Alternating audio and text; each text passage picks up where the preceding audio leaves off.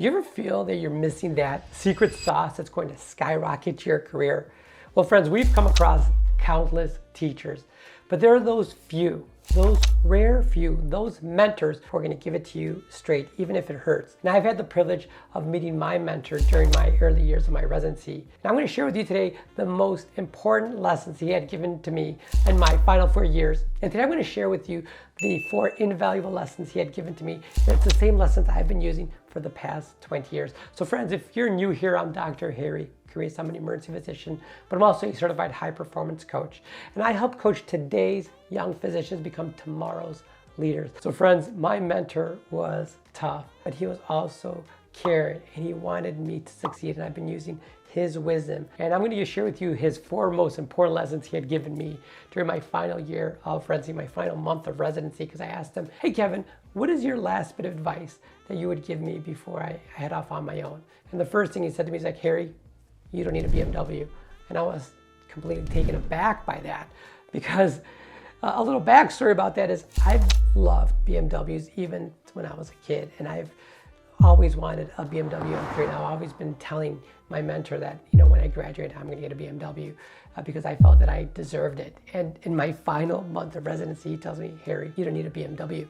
I was just mind-boggled. I was just so taken aback because I wouldn't shut up about it. But it was a great reminder for me before I was off on my own that we have this inclination to gather things, especially in medicine, because we have this sense of just delayed gratification. And, we've been holding our breath, for the better part of our young adult lives until we reach the top of the mountain, which is that of graduating your residency and then starting on your own as an attending. But the reality is, and he had shared with me his bit of his wisdom as I'm sharing it with you mine, because I've been doing this for just under 20 years. And he's like, you don't need a BMW, Harry. And he was very right in that, because he has seen many of his colleagues, his peers, just gathering things as they progress throughout their years after residency. And then what happens is you start accumulating more and more and more, which makes you have to work more and more and more to support that lifestyle. His advice to me was, Harry, just get to work, start building your wealth, and start creating that family that you've always envisioned, that you've always shared with me, he would say. And it was probably the best bit of advice that I had heard. He's given me so many other great bits of advice, but that was the first and most important piece that he gave me. So moving on, he told me about his second lesson, which is that your integrity matters. Never compromise it. Now, as a coach, I understand the importance of building a strong and a trustworthy reputation. Your reputation is the foundation upon which you build your relationships, you build your credibility, you ultimately achieve your success based on that reputation. So your reputation is like a valuable asset that you need to protect, and you just need to cultivate it. It's really the sum of your character, and it takes time, it takes effort to build a good reputation, but it can also be lost in an instant. Therefore, I want you to focus on this. Integrity is an essential building block for your success. It refers to having a steadfast adherence to your moral and your ethical principles, he would say. Honesty and consistency in our words and in our actions.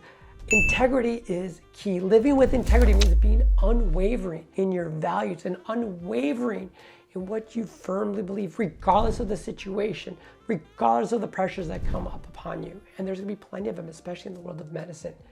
So keeping your promises, remaining unbiased when faced with difficult decisions, that's really the heart of what we do in medicine, making difficult decisions, exercising humility, respecting others, especially if they have differing opinions from you, and showing thoughtfulness and kindness in all that we do.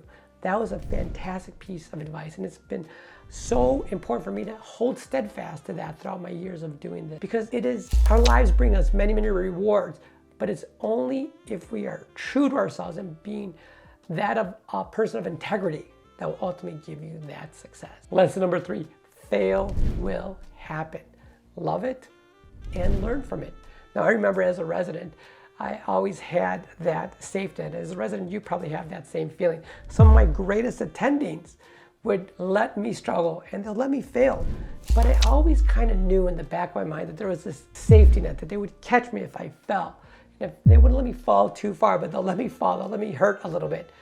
So when you're out on your own, you have to appreciate that failure will happen. But rather than retreating from it, learn from it. That's what we always tell me, that Harry, just learn from this failure. For me, doing some of the more complex procedures, I'm comfortable with, but my first pass rate isn't always 100%, even to this day. So I say to myself, well, what went wrong? I don't wallow in my pity. I don't wallow in just rehashing it in my mind. I just look at the entire situation and I learn from it. And over time, these internal conversations, these internal after action reviews I do with myself has helped me tremendously. Lesson number 4, be the model, not the problem. I'm a very big fan of John Maxwell, and he says a leader is one who knows the way, goes the way, and shows the way. And there's a lot of ego in medicine. There's a lot of it. And when it comes to having this inflated sense of self and sadly unrealistic expectations for others, you're going to fail. Great leaders, and you're a leader by default. Simply by being a physician, you are a leader by default. You know that your ego has no place in medicine, not in life either, quite honestly. But as a physician, when you focus on the task at hand, then your ego goes away. I'm a fan of Eckhart Tolle as well. And in his book, In a New Earth, he states, I think, this beautifully. I have met many who are technically good at what they do, but whose ego constantly sabotages their work. Only part of their attention is on the work that they perform. The other part is on themselves. Their ego demands personal recognition, wastes energy in resentment if it doesn't get enough, and it's never enough. Is someone else getting more recognition than me? Or their main focus of attention is profit or power, and their work is no more than a means to that end. When work is no more than a means to an end, it cannot be of high quality. Remember that, my friends. Putting ego aside can be difficult, but it impedes, it stops you from your personal growth and your wellness, your overall wellness. Perhaps even more importantly, it sows the seed in future generations that going to help that we are so responsible for, to help develop and grow that next generation.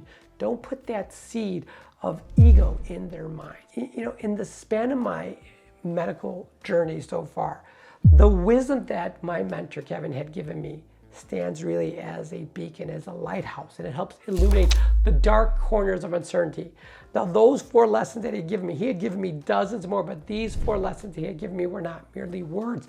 They were principles that have really stood the test of time for me, and I want to share them with you. They are transformative for me, and they can, with some time, reshape your professional, your personal outlook. This world is just brimming with noise, and it's just brimming with chaos, and it is in these very lessons that have helped me carve a place for myself in this very complex world. And I stand tall, not as a physician, but also as a mentor to many.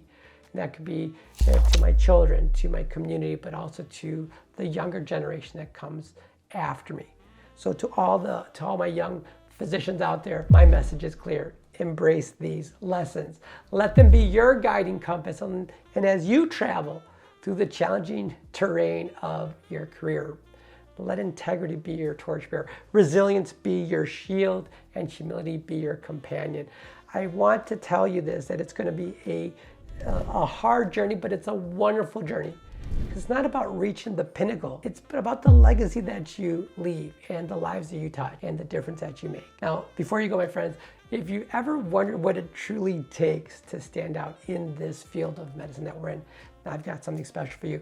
If you click this video right beside me over here, I'm going to actually dive in and walk you through the 3 nasty habits that 95% of doctors have. I'm going to actually tell you what they are, but actually show you how to break those habits. So make sure you click the video right beside me over here and unlock those truths that no one else is willing to tell you. Have a wonderful day. Be good to yourself and each other. We'll talk again soon.